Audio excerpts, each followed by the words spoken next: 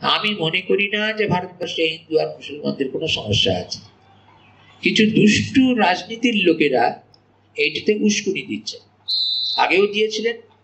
ভারতবর্ষ স্বাধীন হওয়ার আগে যে ভারতবর্ষ দ্বিখণ্ডিত পরে ত্রিখণ্ডিত হলো, সে সময় তারা সেই উস্কুনি দিয়ে অনেক রায়ট হয়েছে, অনেক হিন্দু মুসলমান মারা গেছে, আবার শিখও অনেক মারা গেছিল 84 সালে দিল্লিতে।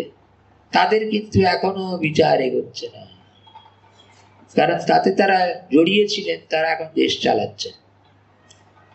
কাজেই একে অন্যকে মারে, অনেক সময় মেরেছে, খুব অন্যায়। এই সমস্যা নিয়ে আমাদের ভাববার কিছু নেই। আমরা যদি স্বামীজির আদর্শ নিজেদের তৈরি করি, তাহলে এই সমস্যার সমাধান আপনি হয়ে যাবে, আপনি হয়ে যাবে। আমাদের মহামন্ডলের শিবিরে হিন্দু, মুসলমান, খ্রিস্টান, বৌদ্ধ, জৈন, শিখ সব আসে, কোনো ভেদ নেই। কেউ কখনো দেখেনি ভেদ। আমাদের একসঙ্গে খাওয়া, একসঙ্গে ওটা, একসঙ্গে ওটা, এবং ভালো লাগে যে আমাদের এখানে বেশিরভাগ ছেলে এখানকার স্থানীয়, যেরকম প্রাচীন পদ্ধতিতে ধরো ঠাকুরমা স্বামীজিকে আমরা দেবতার মতন মনে করি, তাতে তাদেরও মনে কোনো সংকোচ দেখিনি আমি। প্রার্থনা যে হয় তাতে তারা যোগ সমানভাবে দেয় দেখেছি, কোনো তাদের মধ্যে হয় না। আমি যখন কলেজে পড়ি, একটা খ্রিস্টান কলেজে পড়তো, সকালবেলা ঠিক 10টা বাজলে, তখন কলেজ ছিল, কলেজে তো ক্লাস কার কখন আছে, স্কুল থেকে পেরিয়ে পাশ করে গেলেই তখন সকলেই বলতো, হ্যাঁ রে কটায় ক্লাস রে, 1:30টায় ক্লাস আসবে। হ্যাঁ, মনে করছো একটা কি বাহাদুরি হচ্ছে। আমাদের ছিল আমরা 10টায় প্রত্যহ কলেজে যেতে হবে, এবং 10টায় প্রথমে হবে সামস গাওয়া হবে, খ্রিস্টান সামস, বাইবেল থেকে কিছু পড়া হবে, করে ক্লাসে যেতে হবে, রেগুলারলি করি। আবার সন্ধ্যেবেলায় এসে পাড়ায় এক মন্দিরে 1 ঘন্টা সংস্কৃত স্তোত্র আমার উপরে দায়িত্ব ছিল করতে। সকালবেলা খ্রিস্টান প্রার্থনা, সন্ধ্যেবেলা এদেশের যে প্রচলিত প্রার্থনা। কোনো সংকোচ মনে হয়। আমাদের ক্যাম্পে বরাবর দেখে আসছি, কোনোদিন কোনো রকম এর জন্য অপ্রীতিকর কিছু হয়নি। অনেকদিন আগে, এই দেখো আমার গল্পই বেশি হয়ে যাচ্ছে, কাজের কথা বেশি হচ্ছে না। অনেকদিন ধরে হচ্ছে তো, 38 বছর ধরো অল ইন্ডিয়া ক্যাম্প হয়েছে। মাঝখানে আমার মনে হলো যে সমস্ত শিক্ষার্থীদের তো একবার চোখে দেখতে পাই না, তাদের সঙ্গে কথা বলতে পারি না। 1000, এখন তো 1000-এর বেশি, 1200-1300 হয়ে যাচ্ছে। ওই হলে বসে আছে, দেখলুম এই পর্যন্ত মুখ কোনো দূর থেকে। একবার দুবার ইচ্ছে হয়েছিল সব ছেলেদের সঙ্গে একবার সাক্ষাৎ হবে, একটু কথা বলবো। তো ব্যাচ বাই ব্যাচ আমি যে ঘরটায় থাকি, ক্যাম্পে থাকতো, সেখানে আসবে তারা সারাদিন ধরে। ওই যেটা অফ টাইম, যখন কোনো অন্য প্রোগ্রাম নেই, সে সময় 20 জন 25 জন করে একবার একবার আসছে। তা আস্তে আস্তে একটি ব্যাচের যতজন আছে সব চলে গেল। একটি ছেলে বলল, আমি একটু আপনার সঙ্গে আলাদা কথা বলবো। তাই বলুন পরের ব্যাচটা একটু পরে পাঠাবো। আমার বলো তুমি। সে জিজ্ঞেস করলে, এই ক্যাম্পে কি মুসলমান ছেলে আছে? আমার হ্যাঁ, থাকবার কথা।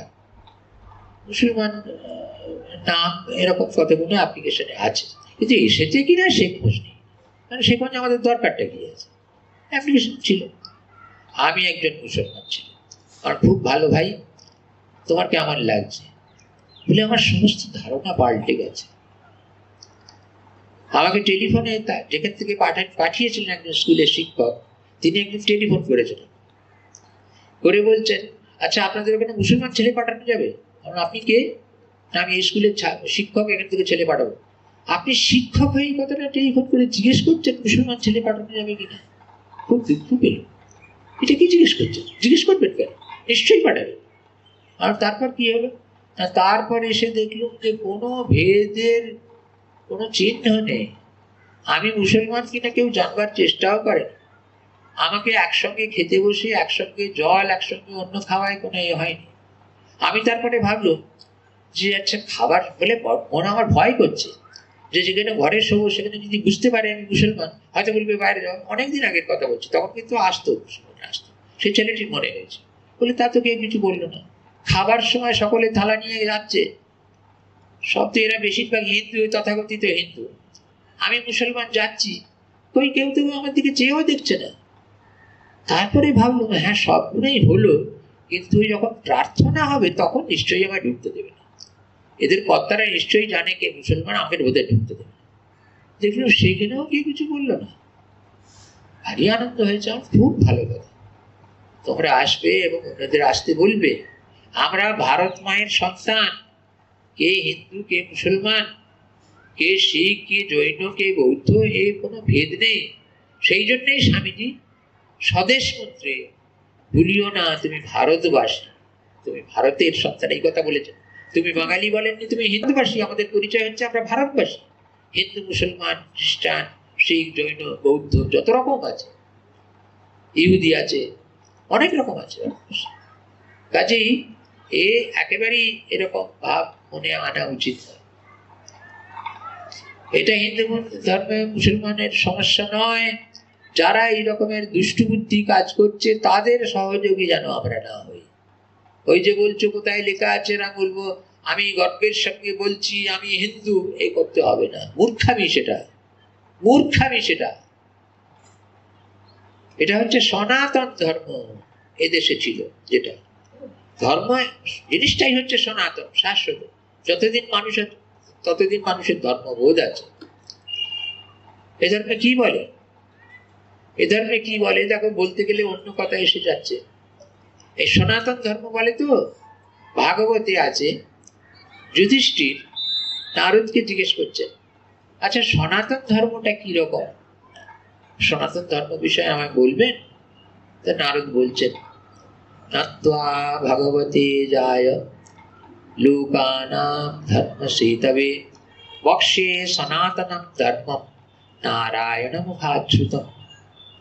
ভগবানকে প্রণাম করে তোমার ইচ্ছা অনুসারে স্বয়ং নারায়ণের মুখ থেকে যা সনাতন ধর্ম, যে সে বিষয়ে যা শুনেছি তাই তোমাকে বলবো। বলে কি বলছেন তার পরের শ্লোকে ভাগবতে কি বলছে, অবাক হয়ে যেতে হবে। যদি মন দিয়ে শোনেন প্রত্যেকে অবাক হয়ে যাবে। বলছেন অন্যাদ্যাদেহে সংবিভাগো ভূতে বিহশ্চ যথার্হতা তেষ্বাত্ম দেবতা বুদ্ধি সততম গুরু পাণ্ডব।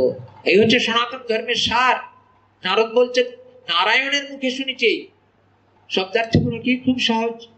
অন্যাদ্যাদেহে সংবিভাগো, অন্যাদি দেশের যা কিছু উৎপন্ন দ্রব্য, শস্য থেকে আরম্ভ করে স্টিল আর যা কিছু হচ্ছে, all production of the country of the society, অন্যাদি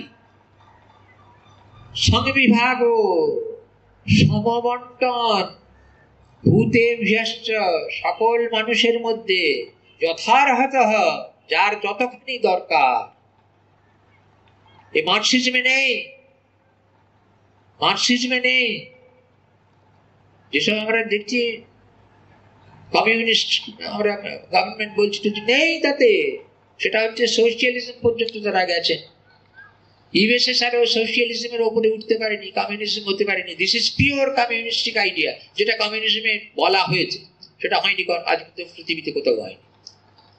কথাটা শুনে বুঝুন না, যারা কমিউনিজম সম্বন্ধে জানেন তারা বুঝতেই পারবেন। দেশের সমস্ত কিছু উৎপন্ন দ্রব্য সমবন্টন করতে হবে সকল মানুষের মধ্যে, যার যতখানি দরকার ততখানি দিতে হবে। আছে কোথাও? একেবারে কমিউনিজম। অ্যাকচুয়ালি কমিউনিজম একে বলে। সোশিয়ালিজম হচ্ছে সমাজের প্রত্যেকে তার সামর্থ্য যতটা আছে সমাজকে দেবে, সমাজের যতটা সামর্থ্য তাকে যোগান দেবে। এটা হলো সোশিয়ালিজমের ক্রাইটেরিয়ান। কমিউনিজমের ক্রাইটেরিয়ান হলো প্রত্যেকে সমাজকে তার যথা সর্বস্ব যতটা ক্ষমতা দিতে হবে এবং সমাজ তার যত যা দরকার সবটা মেটাবে। একে বলে কমিউনিজম। এটা কোথাও হয়নি আজ পর্যন্ত। কিন্তু এই সনাতন ধর্মে ভাগবতে রয়েছে, নারদ যুধিষ্ঠিরকে বলছেন, যুধিষ্ঠির রাজা ছিলেন, তাকে বলছেন অন্যাদ্যাদের যথার্হত, অন্যাদি দেশের সমস্ত উৎপন্ন দ্রব্য ভূতে ভ্যশ্চ যথার্হত সমস্ত মানুষকে যার যতখানি দরকার দেবে, সংবিভাগ সমবন্টন করবে। কিন্তু কমিউনিস্টিক আইডিয়ায় যে একটা আর একটা ক্লজ যেটা নেই সেটা এখানে আছে। সেটা কিন্তু দেশাত্ম দেবতা বুদ্ধি। এই যে মানুষকে দিচ্ছ, যে সমাজের মানুষ নাগরিক, তাদের দেবতা মনে করতে হবে, তাদের নিজের আত্মা মনে করতে হবে। দেশু আত্মবুদ্ধি দেবতা বুদ্ধিশ্চ, তাদের আত্মবুদ্ধি আমারই আত্মা এই সকলের মধ্যে আছে, দেবতা এই সকল মানুষের মধ্যে রয়েছে, এই ভাব নিয়ে করতে হবে। সততম গুরু পাণ্ডব, নারদ বলছেন যুধিষ্ঠিরকে, ওহে যুধিষ্ঠির পাণ্ডব, এইরকম করতে পারো, এই যদি করতে পারো তাহলে সনাতন ধর্ম তুমি কাজে রূপায়িত করলে। শুনিনি আমরা আমাদের দেশের লোকে, মন্দিরে যাচ্ছি, মঠে যাচ্ছি, প্রবচন শুনছি। ওই জন্য আমি বলি এখন হয়েছে ভোজন ভজন প্রবচন। খুব মঠে মন্দিরে গিয়ে খুব প্রসাদ পেতে হবে, খুব খাও খাও, প্রবচন শোনো খানিক, তার মানে বুঝবার দরকার নেই, কি বলছে বুঝবার দরকার নেই, আর ভজন খানিক হলো।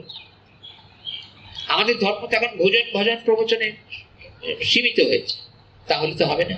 কিন্তু এই হচ্ছে ধর্মের কথা, আসল ধর্মের কথা। এই ধর্ম কোথায়? হিন্দু মুসলমানের তুমি যে প্রশ্নটি করেছো তাই, এর জন্য আমাদের খুব বেশি চিন্তিত হওয়ার দরকার নেই। আমাদের মনের মধ্যে যদি ভেদ বুদ্ধি থাকে, সেইটা নিজের মন থেকে সরিয়ে ফেলো। ঝান্ডা নিয়ে স্লোগান দিয়ে রাস্তায় দৌড়তে হবে না, যে আমি গর্বের সঙ্গে বলছি আমি হিন্দু, এ কথাও বলতে হবে না। আর হিন্দু মুসলমান ভাই ভাই, যেমন হিন্দি চিনি ভাই ভাই হয়েছিল, এরকম স্লোগান দিয়ে কিছু হবে না। তোমার মনের মধ্যে যদি ভেদ বুদ্ধি থাকে, এই হিন্দু, এই মুসলমান, এই বাঙালি, এই উড়িয়া, এই হিন্দি বলে, এই ভেদ বুদ্ধিগুলো যদি তোমার মনে না থাকে, তাহলেই তুমি কিন্তু এই সমস্যার সমাধান করতে পারবে। আর তা যদি তোমার না থাকে, স্লোগান দিয়ে আর মিছিল করে এসব সমস্যার সমাধান হয় না। বলো আমরা হিন্দু, এটাই বা কোথায় পেলে? স্বামীজি এরকম কোথাও বলেছেন বলে আমি অন্তত জানি না। আমি সব জানি তো এমন নয়, কিন্তু স্বামীজি বলছেন গর্বের সঙ্গে সকলে বলো আমি হিন্দু, এ স্বামীজি কখন বলেছেন, কোথায় বলেছেন? আমি কখনো পাইনি, কোথাও পাইনি। তোমাদের দেয়ালে লেখা আছে বলছো, এটা ভুল কথা লেখা আছে। স্বামীজি এরকম কথা কখনো বলেছেন বলে আমি শুনিনি, কখনো কোথাও শুনিনি। হিন্দুত্বের কথা বলেছিলেন বলছো তো স্বামীজি, তোমাদের অবশ্য বেশিরভাগেরই বয়স একটু কম, তাদের একটুখানি ঠিক ঠিক সবটা বললে তোমরা বুঝতে পারবে কিনা জানি না, তবু খানিকটা নিশ্চয়ই বুঝতে পারবে। স্বামীজি হিন্দু ধর্মের কথা বলেননি, হিন্দুত্বের কথা। হিন্দুত্ব শব্দটা কিন্তু জন্মেছে 1923 সালের পরে। হিন্দুত্ব শব্দটা ভারতবর্ষে জন্মেছে 1923 সালের পরে, সাল বলে বলছি। তার আগে হিন্দুত্ব বলে কোনো শব্দ ছিল না। আমরা অন্তত ছেলেবেলার থেকে বেশ বড় হওয়ার পর্যন্ত হিন্দুত্ব শব্দ কখনো শুনিনি। এটাই মাত্র কয়েক বছর ব্যবহারটা হচ্ছে। শব্দটা তৈরি হয়েছিল 1923 সালে, কিন্তু ব্যবহার হতো না। এই মাত্র হয়তো বড় জোর 15 বছর হয়েছে, 10-15 বছর কি বড্ড 20 বছরের কাছাকাছি হয়েছে। হিন্দুত্ব বলে কোনো শব্দ নেই। হিন্দুত্ব বলে কোনো শব্দ জানি না এখনকার অভিধানে ঢুকিয়েছে কিনা। একটু পুরনো বাংলা অভিধান, সংস্কৃত অভিধান যদি দেখো, দেখবে হিন্দুত্ব শব্দ নেই। বস্তুত কি জানো, হিন্দু ধর্ম বলেও কোনো ধর্ম নেই। এটা আমাদের দেশে শিক্ষিত লোকেরাও অনেকে খবর রাখেন না। হিন্দু শব্দটা ভারতবর্ষের কোনো শব্দ নয়। সংস্কৃত ভাষায় হিন্দু বলে কোনো শব্দ নেই। 4টে বেদ ভারতবর্ষে পুরোনো কালে ছিল, শুনেছো তো? ঋক্সাম, যজুর, অথর্ব, 4টে বেদ বলে। 4টে বেদে হিন্দু শব্দ নেই। 200-র বেশি উপনিষদ আছে, তার মধ্যে কোথাও হিন্দু শব্দ নেই। রামায়ণ মহাভারত বিখ্যাত 2খানা বই, তাতে কোথাও নেই। 18খানা পুরাণ আছে, এক একটা পুরাণে 1,00,000, 1.5 লাখ, 2 লাখ করে শ্লোক আছে এক একটাই। 18খানা পুরাণ আছে, তার মধ্যে কোথাও হিন্দু শব্দটা নেই। এটা ভারতবর্ষের শব্দই। সিন্ধু নদের নাম শুনেছ? সিন্ধু নদের উপত্যকায় একটা প্রাচীনকালে সভ্যতা বেড়ে উঠেছিল সৃষ্ট হয়ে, এবং সেটা পৃথিবীর সমস্ত মানুষের দৃষ্টি আকর্ষণ করেছিল। পারস্য দেশ থেকে কিছু লোক সেখানে এসে সেই সভ্যতা দেখে খুব মোহিত হয়েছিল, খুব তাদের ভালো লেগেছিল, এবং সেটাকে তারা সিন্ধু সভ্যতা বলে বলতে চেয়েছিল। কিন্তু পারস্যের লোকেরা স উচ্চারণ করতে পারতো না, স যেখানে আছে সেখানে হ বলতো। কাজে তারা সিন্ধু সভ্যতা বলতে চেয়ে বলেছিল হিন্দু সভ্যতা, সিন্ধু নদের তীরে হয়েছিল, এই করে হিন্দু শব্দটার উৎপত্তি হয়েছে। তারা উচ্চারণ না করতে পারায় তারা হিন্দু সভ্যতা বলল, হিন্দু ধর্ম বলল, হিন্দু দর্শন বলল, হিন্দু কৃষ্টি বলল, হিন্দু সঙ্গীত বলল, সেটা প্রচলিত হয়ে গেছে। কাজেই আমি অনেক সময় বলি, ধরো পাঁচু গোপালবাবু রাস্তা দিয়ে যাচ্ছে, কোনো পেছন থেকে লোক যদি বলে এই পেঁচো, তিনি কি সাড়া দেবেন না খুব সন্তুষ্ট হবেন? পাঁচু গোপালবাবুকে পাঁচু গোপালবাবু বললেই ভালো হয়, বা পাঁচুবাবু বললে হয়, পেঁচো বলা উচিত নয়। এই হিন্দু বলাটা হচ্ছে ঠিক সেই রকম। হিন্দু বলে কিছু নেই, হিন্দু শব্দটা পর্যন্ত নেই। পারস্যের লোকেরা সিন্ধু বলতে চেয়ে হিন্দু বলেছিল, সেইটা চলে গেছে। আর হিন্দুত্ব বলে কোনো শব্দ আসলে নেই। আমাদের দেশের প্রাচীনকালে যে ধর্ম ছিল, সেই ধর্মটার কোনো নাম ছিল না, সেটাকে বলতো সনাতন। শব্দটা বিশেষ্য নয়, বিশেষণ। সনাতন মানে যেটা শাশ্বত, চিরকালের, সেটা এই দেশেতে প্রচলিত হয়েছিল। কিন্তু সেটা কোনো একটি দেশের জন্যেই নয়, সর্বমানবের জন্যে একটা ধর্ম চিন্তা, সেটাকে সনাতন ধর্ম বলতো। সেটার নাম হিন্দু ধর্ম নয়। স্বামীজি কথা খুব ভালো করে জানতেন। স্বামীজির রচনাবলিতে একাধিকবারের কথার উল্লেখ আছে, এবং ইতিহাসের বই, যারা একটুখানি বেশি ইতিহাসের চর্চা করে তারা জানে ইতিহাস এটা লিখিত আছে, ইতিহাসের গ্রন্থে লিখিত আছে যে পারস্যের লোকেরা এটাকে সিন্ধু সভ্যতা না বলতে পেরে সিন্ধু নদের তীরের সভ্যতা, তার ধর্ম, তার সাহিত্য, তার স্থাপত্য, তার সব কিছুকে হিন্দু হিন্দু বলতো বলে হিন্দু শব্দটা এসেছে। এটা হিন্দু শব্দটা আমাদের গায়ে মাখাটা খুব একটা গৌরবের কিছু। আর গর্বের সঙ্গে তোমরা বলো হিন্দু, এ কথা স্বামীজি কখনো বলেছেন বলে আমি শুনিনি। বলেছেন হতে পারে না, এটা হতে পারে না। এখন মাঝে মাঝে আমাকে লোকে জিজ্ঞেস করেছে, স্বামীজির গ্রন্থাবলীতে তো অসংখ্যবার হিন্দু শব্দ আছে। হ্যাঁ আছে হিন্দু শব্দ, কি করবেন? সকলে যখন হিন্দু বললে বোঝে। আর বিশেষ করে ভারতবর্ষে তো নয়, ভারতবর্ষের বাইরে স্বামীজি বহুদিন থেকেছেন, বলেছেন। সেখানে তারা বিদেশের লোকেরা হিন্দু ধর্ম, হিন্দু সভ্যতা, হিন্দু কৃষ্টি বলে শুনে আসছে। সেখানে যদি আর একটা কিছু বলেন, তাহলে তারা বুঝতে পারবেন না কি বিষয়ে বলা হচ্ছে। কাজে সেটাকে বলবার জন্য হিন্দু সভ্যতা তাকে বলতে হয়েছে। তার মানেই তিনি হিন্দু সভ্যতা বা হিন্দু শব্দ বা হিন্দু ধর্ম এটা মানতেন, এটা ঠিক একেবারে ঠিক নয়। বুঝতে পেরেছ? বুঝেছ কথা? এটা অন্য কারুর কাছে বললে সমর্থন কারুর কাছে পাবে না, কারুর কাছে সমর্থন পাবে না, কারণ এ বিষয়ে ভালো করে জানলে তবে তো হবে। সেটা দেখবে সর্বত্র আছে হিন্দু ধর্ম। এই বইয়ের দোকানে গিয়ে যদি হিন্দু ধর্মের কোনো বই আছে কিনা, হিন্দু পুজো পদ্ধতি কোথাও আছে কিনা যদি বলো, সব দেখবে হিন্দু হিন্দু হিন্দু হিন্দু করছে। তারপরে আরো আমি বিচ্ছিরি অবস্থায় পড়েছিল, বলে যে স বলতে পারবে না, হ বলবে কেন? এটা কি ঠিক? আমার দেখো এটা ঠিক কিনা তা বলতে পারি না। তা তুমি বা আপনি যেখানে যেরকম ছিল, বলেছি কয়েকবার, বলতে বাধ্য হয়েছি, কিছু মনে করো না ভাই, যে তোমার কোনো পরিচিত পূর্ববঙ্গের লোকের সঙ্গে পরিচয় আছে, ভাবতো আছে? হ্যাঁ, কেন থাকবে না? আমরা অরিজিনাল পূর্ববঙ্গে ছিল। তা যদি হয়, তাহলে কি পূর্ববঙ্গের শালাকে হালা কয় না? হ্যাঁ, এমনকি ছোট ছোট ছেলেরা বলে, সেটা মুদ্রা দোষের মতন কথা দিয়ে বেরিয়ে যায়, অর্থ নয়। আরে যাইতে তো চাইছিলাম, বাপ হালায় চাইতে দিল না, বলে না? হ্যাঁ, তা যদি হয়, তাহলে আমাদের বাঙালিদের মধ্যে যদি কেউ কেউ শখে হ বলে, তাহলে পারস্যের লোকে সে স বলতে গিয়ে হ বললো, এতে কি এমন মহাভারত অশুদ্ধ হল? তাদের দোষ দিয়ে লাভ নেই। তবে এটা এ দেশের আসল নাম নয়। বুঝতে পেরেছ?